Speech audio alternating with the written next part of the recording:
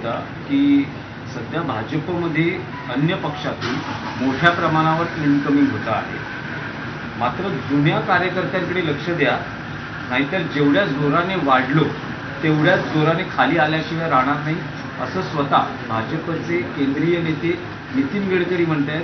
नितीन गडकरींनी आपल्या पक्षातल्याच नेत्यांचे कान टोचल्याचं म्हटलं जातं. नितीन गडकरी हे कायम कान टोचण्याच्या भूमिकेत असतात.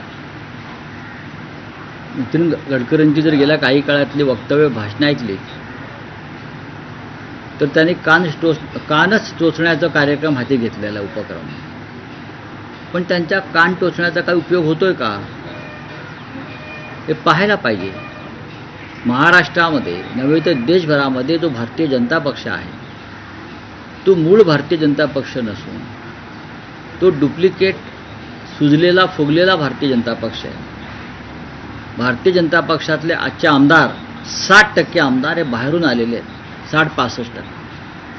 भारतीय जनता पक्षातले जे प्रमुख पदाधिकारी आहेत जे स्वतःला नेते म्हणून मिरवतात हे कधी काळी भारतीय जनता पक्षाच्या विरोधात काम करणारे लोक होते. त्यांना भारतीय जनता पक्षाची विचारधारा काय माहिती आहे. जे कालपर्यंत हाफ चड्डीवर संघाच्या घाणेरड्या शब्दात टीका करत होते, आज ती संघाच्या चड्ड्या घालून संचलनात सामील होताना जेव्हा पाहतो तेव्हा लोक हसतात, लोकांना गंमत वाटते, लोक त्याचा मजा घेतात.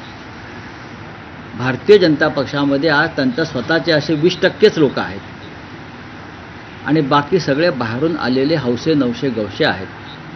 त्याच्यामुळे नितीन गडकरी यांच्यासारख्या जुन्या जाणत्या भारतीय जनता पक्षाच्या नेत्यांची वेदना ही खरी आहे. राऊतसाहेब, मुंबई महापालिकेसाठी भाजपाने 150+चा नारा दिलाय आणि अशाच वेळी एकनाथ शिंदे दिल्लीमध्ये रवाना झाले.